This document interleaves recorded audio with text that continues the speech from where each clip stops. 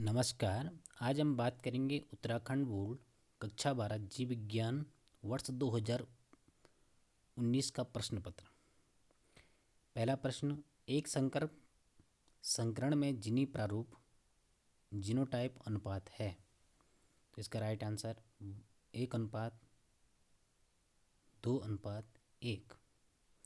दूसरा प्रश्न, मानव में 1 महीने की सगर्भता के बाद भ्रूण में निर्मित होता है। तो इसका आंसर है हृदय। पोमेटो एक कायिक संकर है आलू और टमाटर के बीच का। एक पारितंत्र के लिए ऊर्जा स्रोत है सूर्य।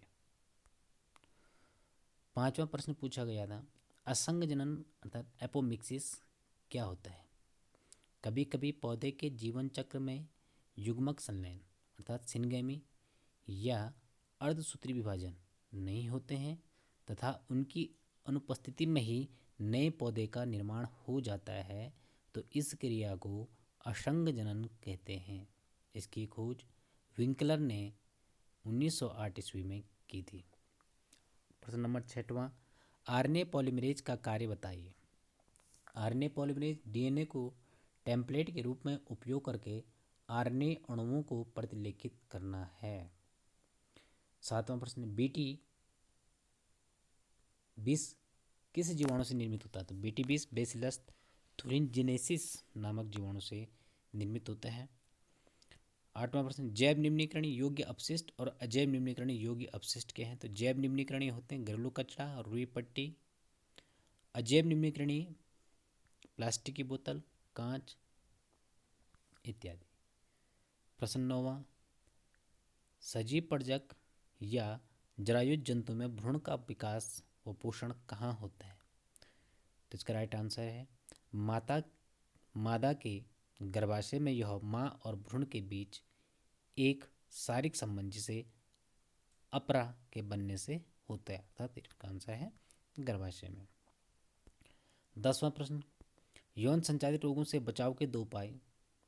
असुरक्षित यौन संबंधों से बचना और आत्मसंयम। प्रश्न नंबर 11वां, उन्नायक या प्रोमोटर के 2 कार्य। यह ट्रांसक्रिप्शन कारकों एवं आरएनए पॉलीमरेज को जोड़ने का काम करता है और अनुलेखन को शुरू करने में सहायक होता है। अथवा यार पूछ रखा था टर्नर सिंड्रोम क्या है। यह सिंड्रोम लिंग गुणसूत्र की मोनोसोमी के कारण उत्पन्न होता है। गुणसूत्र का विन्यास 44+X होता है तथा कुल गुणसूत्रों की संख्या 45 होती है। प्रश्न नंबर 12 था, संक्रामक और असंक्रामक रोग किसे कहते हैं। 13वां, ओपियाइड्स क्या होते हैं। ये अवसादक डिप्रेसेंट ड्रग्स होती हैं जो हमारे शरीर की क्रियाओं को धीमा कर देती हैं। यह दर्द निवारक की तरह भी काम करती हैं जैसे मॉर्फिन। 14वां प्रश्न, बी लसीकाणु तथा टी लसीकाणु में अंतर। बी लसीकाणु संचारी या तरल माध्यता प्रतिरक्षा के लिए होती हैं, जबकि टी लसीकाणु कोशिका मध्यता प्रतिरक्षा के लिए विशिष्ट व जिम्मेदार होती हैं। बी लसीकाणु अस्थि मज्जा में बनते हैं और वहीं पर विभेदित एवं परिपक्व होती हैं, जबकि टी लसीकाणु की उत्पत्ति अस्थि मज्जा की स्तंभ कोशिकाओं में ही होती है, परंतु इनका विभेदीकरण एवं परिपक्वन थाइमस ग्रंथि में होता है। प्रश्न नंबर 15, प्लाज्मोडियम के जीवन चक्र में पोषक के अंगों की घटनाएं। जीवाणुज का निर्माण जो होता है वो शरीर अंग है लार ग्रंथि में, और पोषक होता है मादा मच्छर में ही स्पोरोजोइड्स बन जाते हैं प्लाज्मोडियम के। दूसरा पूछा था अमीबीय अवस्था जो होती है प्लाज्मोडियम की आरबीसी में होती है, और पोषक इसमें मनुष्य की आरबीसी में अमीबीय अवस्था होती है। प्रश्न नंबर 16, भारत में विकसित गेहूं और धान की उच्च पादप वाली संकर किस्म है। गेहूं की है कल्याण सोना, धान की है पद्मा। 17वां प्रश्न, पवित्र उपवन क्या होते हैं और 2 पवित्र उपवनों के नाम बताइए। भारत में सांस्कृतिक व धार्मिक परंपरा का इतिहास जो प्रकृति की रक्षा करने पर जोर देता है।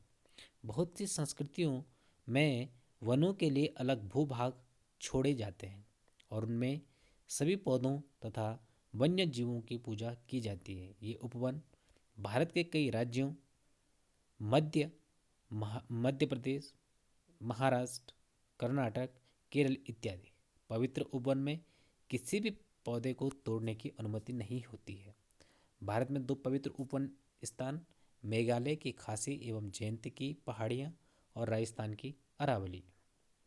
प्रश्न नंबर 18 था कि खाद्य श्रृंखला में ऊर्जा का प्रभाव का चित्र सचित्र बनाइए। जो इसमें बनाया हुआ है, प्रोड्यूसर उत्पादक है, उत्पादक को खाएंगे प्राइमरी कंज्यूमर को प्राइमरी कार्निवोरस, देन इसके बाद डेड रिमाइंस, फिर secondary carnivorous, decomposer, raw material and producer और सोलर एनर्जी। इस प्रकार से खाद्य श्रृंखला में ऊर्जा का प्रभाव का रेखा चित्र ये है। प्रश्न नंबर 19, प्रथम स्तनीय या खीस या कोलेस्ट्रम क्या होता है? शिशु के जन्म के बाद माता के स्तन ग्रंथियों द्वारा स्रावित प्रथम दुग्ध को खीस या कोलेस्ट्रम कहा जाता है। यह पीला एवं गाढ़ा होता है। इसमें बीटा कैरोटीन की उच्च मात्रा होती है। नवजात शिशु के लिए आवश्यक होता है। इसमें कई पोषक तत्व मिले होते हैं। यह इम्यूनिटी को मजबूत बनाने के लिए तंत्रिका तंत्र के विकास में योगदान देता है। प्रश्न नंबर 20वां, मेंडल के टेस्ट क्रॉस का सचित्र बताइए। जब F1 पीढ़ी के जीवों का अप्रभावित जनक के साथ, जब F1 जो पीढ़ी है, संतति है, उसका संकरण अप्रभावित जनक के साथ कराया जाता है तो उसे हम टेस्ट क्रॉस कहते हैं। एग्जाम्पल यहाँ पर सचित्र वर्णन कर रखा है। इसके बाद 21वां क्वेश्चन पूछा था, अनुवांशिक कूट की 3 विशेषताएं बताइए, या सुकेंद्रिकी में जीन अभिव्यक्ति के नियमन के 3 स्तर बताइए। प्रश्न number 22, what are transgenic animal, पारजीवी जंतु क्या होते हैं, उदाहरण से समझाइए।